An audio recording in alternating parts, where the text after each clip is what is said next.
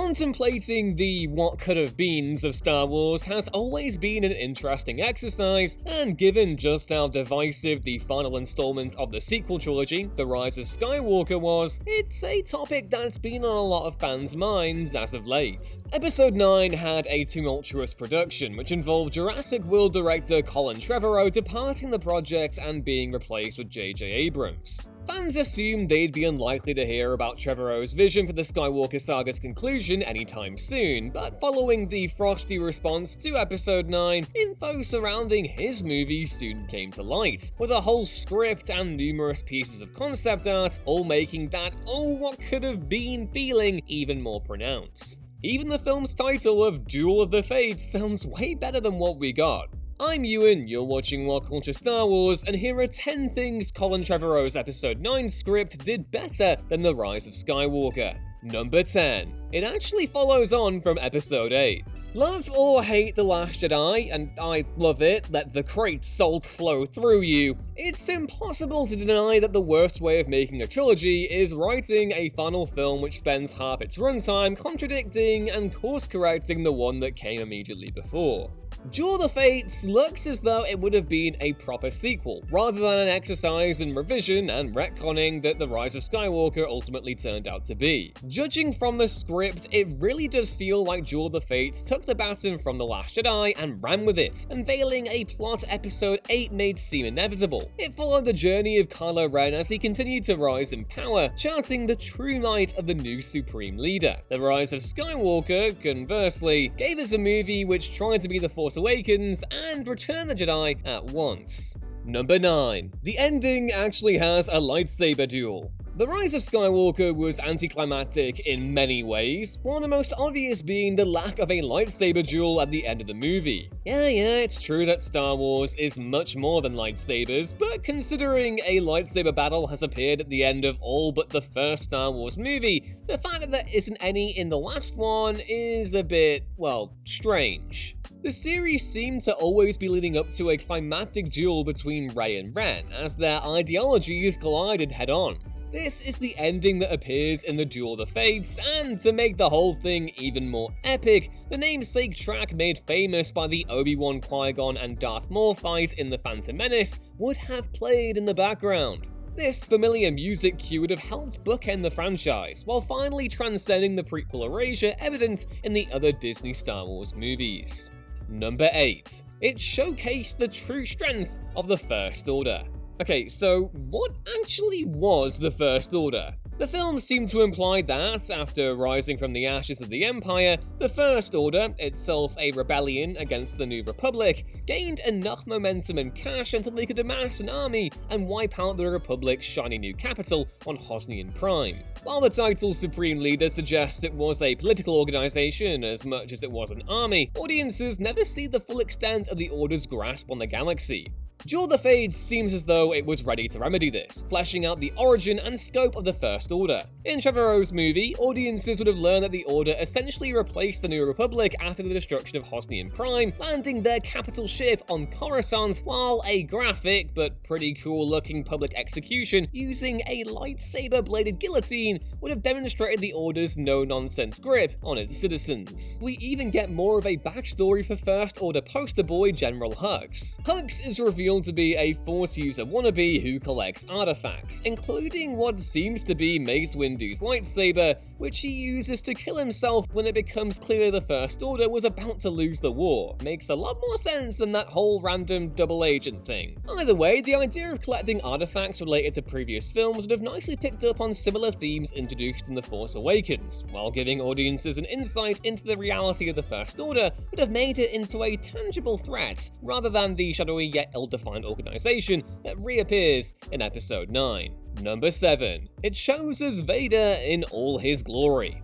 Even Trevorrow couldn't resist a few callbacks or fan service set pieces now and again, but this one would have been pretty freaking cool. Heavily referencing Luke's Force Cave fight with Vader in The Empire Strikes Back, this middle act fight would have also been a clash involving a Force vision. This sequence would have allegedly given us Vader in all of his glory, pulling no punches as he absolutely owns Kylo Ren, a grandfather putting his grandson firmly in his place. Seeing a Rogue One-esque Vader Vader ripping into Kylo would have been pretty cool, if only for the fan service. Admittedly, it might not have made much sense in the context of the film besides from acting as an inverse of Luke's vision from Episode 5, but it would have been far slicker than any of the ridiculous fan service moments we did get in The Rise of Skywalker. Number 6. Rey questions the Jedi Order.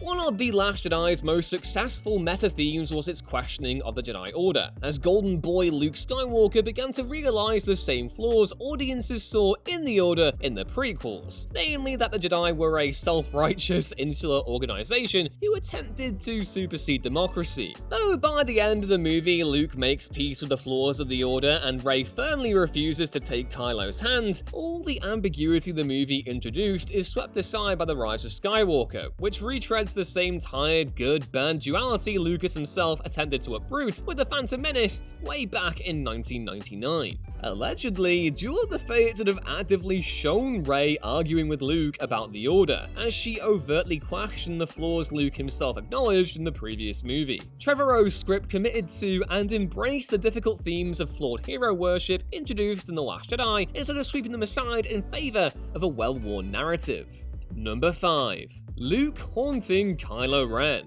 After Luke's final words to Kylo at the end of The Last Jedi, "I'll see you around, kid," this seemed like a given. For 2 years after the release of Episode 8, fans were excited to see Force Ghost Luke taunting his nephew from beyond the grave, convincing him to abandon his old ways and rejoin the light side. The Duel of the Fates script took this throwaway line quite literally, as it showcased Luke doing just that, even grabbing Ben's lightsaber during his final confrontation with Rey. Compare that with Luke's depiction in Rise of Skywalker, where he's rolled out to perform Yoda's greatest hits from Empire by lifting out his X-Wing from the depths of Acto, and yeah, it's clear to see which depiction would have been more engaging.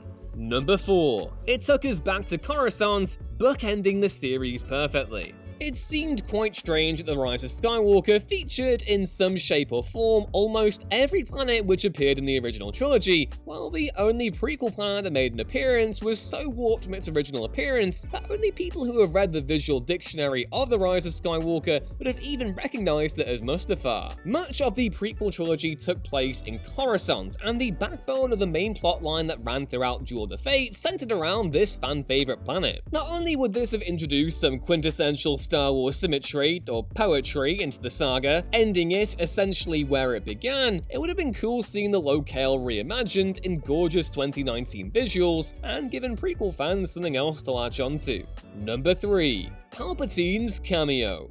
Bringing back Palpatine in Episode 9 makes total sense. After all, he was the big bad in the previous 2 trilogies, and Ian McDiarmid was the only actor not bound to a costume to reprise his original trilogy role in the prequels. As early as The Force Awakens, the sequels felt like an overhang of Star Wars rather than an organic extension of the story. The reappearance of another familiar face, hypothetically, should have helped to further ground the sequels as part of the same universe. But reintroducing Palpatine in a minor, grounded capacity is not the same as resurrecting him from the grave, reinstating him to the exact same position he held in Return of the Jedi, and just completely breaking the logic of the entire series. But whatever, in Duel of the Fates, Palpatine appears as a cameo, a pre-recorded message intended to lead Vader to Tor Valum, Palpatine's old master. While the script Tor Valum subplot is a bit silly admittedly, this is a much more natural way to integrate good old Sheev into the story without becoming its focus and distracting audiences from the plots established in the previous 2 movies. And hey, another good thing about Duel of the Fates? No Rey Palpatine. She's just Rey, which is how it always should have been.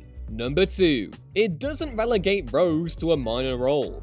Goddamn, Kelly Marie Tran deserved way better than The Rise of Skywalker. Instead of allowing Rose to grow, giving her a decent arc that would have endeared audiences to the character even more, The Rise of Skywalker essentially condemned her to a piece of background scenery, adding insult to injury by introducing 2 new quote-unquote main characters into the already bloated cast, on top of a handful of disposable Resistance members whose lines really could have been given to her. And look, the decision to ignore Rose's character still seems to be based entirely on the decision to placate the racist and sexist trolls who bullied Kelly Marie Tran off social media following the release of Episode 8. Like so many other aspects of The Rise of Skywalker, it was cowardly as hell. Conversely, in Duel of the Fates, Rose accompanied Finn on his adventure to Coruscant, getting way more screen time and getting to shine as the hero of the Resistance she was meant to be. And number 1. KLAUD is the main hero.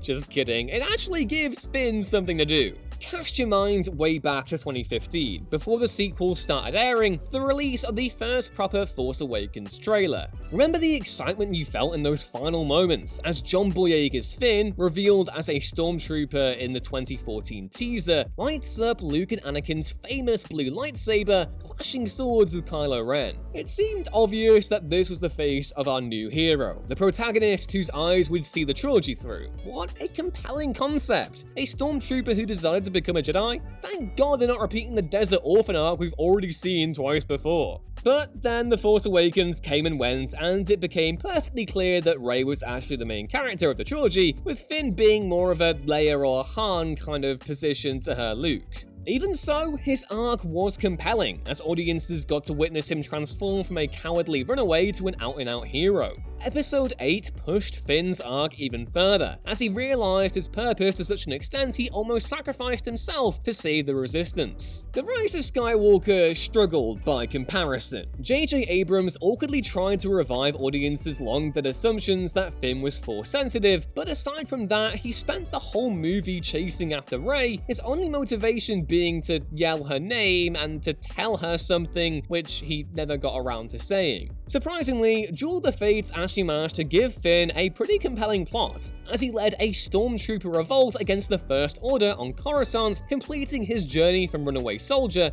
to excellent general on the side he believed in. It's doubtful we'll ever see Finn in live action again, but here's hoping he gets his due in the expanded canon. It's the least the character deserves. And those were 10 things Duel of the Fates did better than The Rise of Skywalker. What were your favourite things from Trevorrow's cancelled movie? Let me know in the comments below, drop the video a like if you enjoyed it, and hit subscribe so you don't miss another upload going forward. I've been Ewan, catch me on Twitter weeping over the adventures of Alphabet Squadron at EwanRuinsThings, and I will hopefully see you next time.